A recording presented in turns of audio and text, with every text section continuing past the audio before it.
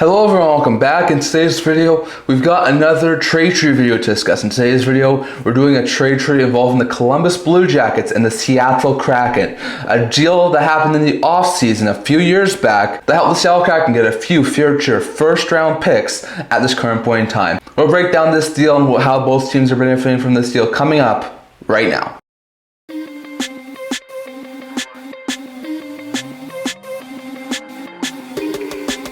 Hello everyone, welcome back to another video here at the End-to-End Hockey channel. Now before we begin this video, don't forget to like this video and subscribe below. Thank you for all of your support. I would never be able to do this without all of you guys, so if you haven't already, don't forget to subscribe button down below, don't forget to comment. We're on the road to 1,000 subscribers. And don't forget to stay tuned for more videos coming out in the very near future. So in today's video, we've got another trade tree video here to discuss. We've done a couple over the past couple of weeks involving teams like Dallas and Arizona/Utah, as well as teams like Washington and New Jersey. But in today's video, we're looking at the Seattle Kraken and Columbus Blue Jackets. This was a trade that happened on July 22nd, 2022, so just a little bit over 3 years ago, between Columbus Blue Jackets and Seattle Kraken. The making of this deal was because the Blue Jackets just recently signed Johnny Gaudreau. They need to sign Patrick Laine to a contract extension, so with those two needing to be signed, both taking up big contracts, they need to move off some cap, so they wound up making a deal with the Seattle Kraken, sort of like a cap-them move, but it is still helping both sides.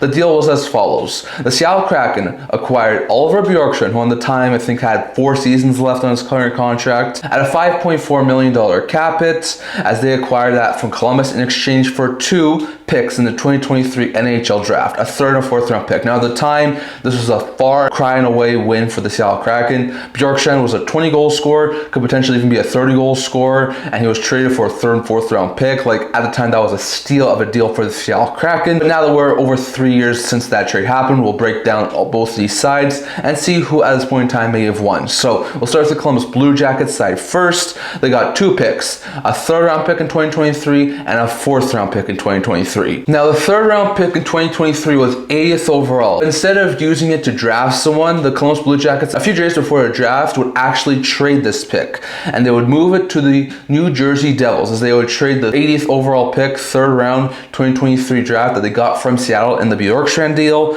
to the Devils in exchange for the signing rights to Damon Severson, and then promptly sign him to an 8-year contract extension with the AAV of $6.25 million. So Severson, who's now 31 years old, he's a defenseman who can play both sides, left side and right side. He's still got 6 years left on his contract at an AAV of $6.25 million, so he's now 2 years into that deal. Since arriving in the Columbus Blue Jackets organization, he hasn't done bad, hasn't had the point totals he had in his last 2 seasons with the New Jersey Devils, but he has done all right. He had 9 goals and 28 points in 67 games 2 years ago in his first season in Columbus, and then last year had 6 goals and 25 points in 70 games with Columbus. So definitely, he hasn't been the greatest of defensemen and hasn't put up point totals like he did in New Jersey when he had like 30 plus point totals, including a 46-point season a number of years ago. But still, he's a solid defenseman. He can play second pair minutes. He can play on the right side. He can put up between 20 and 30 points. He can put up around the 10 goal mark. So he's not a bad defenseman by any means. I do think that's a little bit of an overpriced contract, but still, it's a solid deal and still someone on the roster up to this day. So very interesting note there, but the Jackets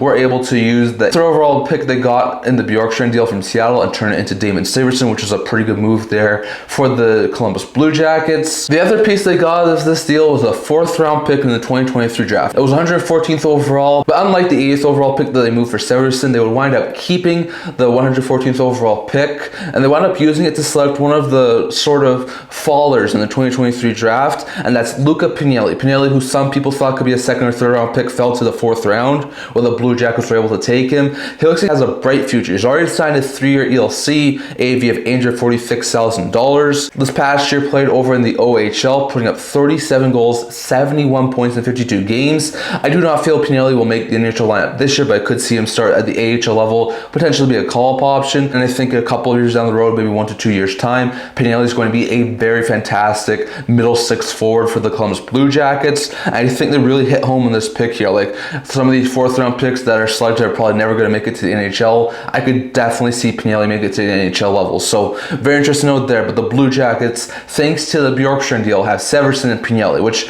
all in all is not an overly bad return there when you break down that they got a 3rd and 4th round pick for a former 20 goal scorer. So very interesting note there. And next here, going over to the Seattle Kraken portion of this trade tree. Now for the Kraken, when they made this trade, Bjorkstrand was recently coming off of his first year of the contract extension, which was a 5-year deal at a $5.4 million contract. He was coming off a season when he had 28 goals, which was a career high, and a career high 57 points in 8 games. Now before that, his career high was 23 goals and 44 points. So the Kraken were thinking they would be getting a solid player who can put up between like 40 and 50 points on average and around like 25 goals. First season in Seattle wasn't overly bad. Like, it was the 2nd highest point total in his NHL season, definitely a little bit lower goal wise. But his first season, he had 20 goals and 45 points in 81 games with Seattle, which was by no means an overly bad season there for Bjorkstrand. The second season though, 2 years ago, a lot better. He still had 20 goals, however, he put up 59 points, which was one shy of 60 and a new career high for him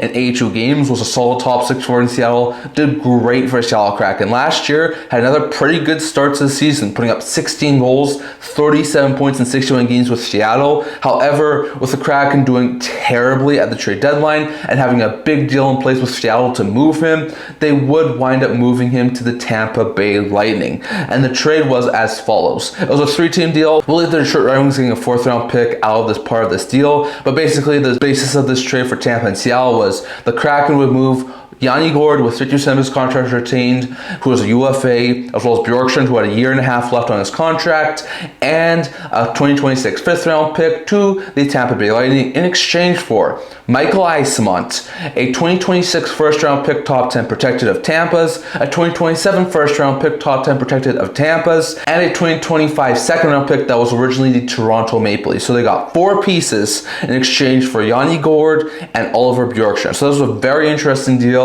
from the Seattle Kraken side. So we'll look at this from the Seattle Kraken side. When it comes to Bjorkstrand, he wound up finishing the season with 5 goals and 9 points in 18 games in Tampa. So he had a solid season, putting up 46 points, which was one more than his first season in Seattle. So all in all, not a bad season there from Bjorkstrand, but still, he's still putting up around the 45 to 50 point plateau, and he'll still be a solid player this upcoming season for Tampa. But for the Kraken, they got 4 pieces. The first piece was Michael Eyssimont. After putting up 5 goals and 10 points in 57 games in Tampa, Eyssimont was playing 20 games with the Seattle Kraken, putting up 4 goals and 6 points. Was a solid bottom 6 guy, put up a couple of decent point totals, but the Kraken would let him walk as a UFA this past offseason. He signed the Boston Bruins organization. That branch of the trade tree ends as Eyssimont left as a UFA, so it wasn't really an overly huge upgrade there for the Seattle Kraken, as they did wind up losing Eyssimont as a UFA. The 2nd round pick they got in this deal, the 2025 2nd rounder that was originally the Toronto Maple Leafs, they actually wound up trading. They wound up trading a couple of picks ahead. They found a guy who they really wanted to acquire in the draft, so they wound up moving the 38th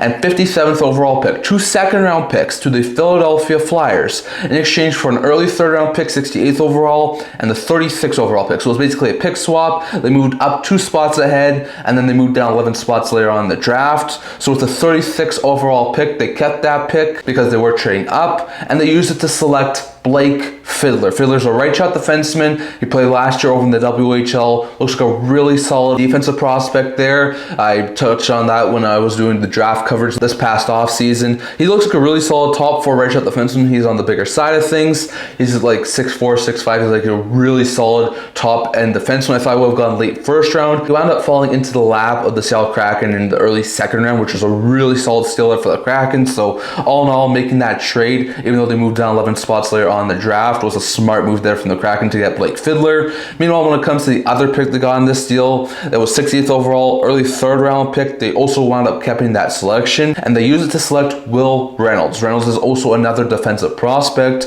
Looks like eventually could be a solid 3rd pair defenseman for Seattle Kraken. Probably won't be making the NHL debut anytime soon, but maybe in 2-3 years time. Could be a solid like 3rd pair guy. So very interesting note there. But this deal that they got in the Bjorkstrand deal, which was a 2nd round pick, they wound up turning into 2 really solid defensive prospects. And once again, these are two guys who just got drafted, so not too much to talk about there, but maybe in a couple of years' time, these guys will be solid NHL level players, so very interesting note there. And they also still have 2 first-round picks they got from this deal. They have a 2026 first-rounder and a 2027 first-rounder, both top 10 protected. So if either picks are top 10 for this upcoming draft or for the draft following, then the Bolts will have the option to keep that pick and trade the next one. So we shall wait and see on that. At this current point in time, Seattle does have 2 extra first-round picks because of the Bjorkstrand deal. So very interesting note there. When we break it all down, the Seattle Kraken currently have 2 defensive prospects in Fiddler and Reynolds, as well as 2 future first-round picks because of the Bjorkstrand deal. And the Blue Jackets have Damon Stevenson and Luca Pinelli as a result of the Bjorkstrand deal. So all in all, I think it's sort of a win-win. Like, the Jackets have a future top 9 forward, as well as a solid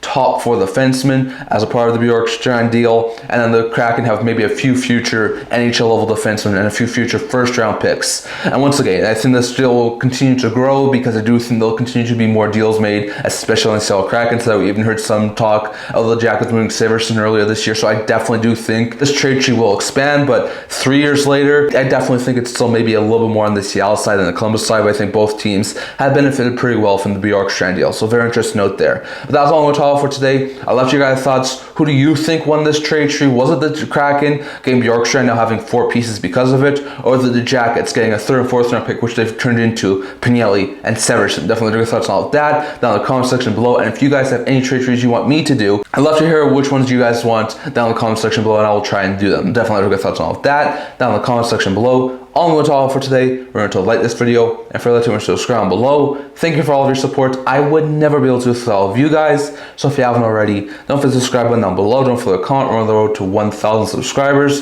Don't forget to stay tuned for more videos coming out in the very near future. Also, the blog, talking about news, rumors, analysis, stuff like that, so check that out. I've linked it down in the description below, and I can't wait to see you guys all for the next video. See you guys soon.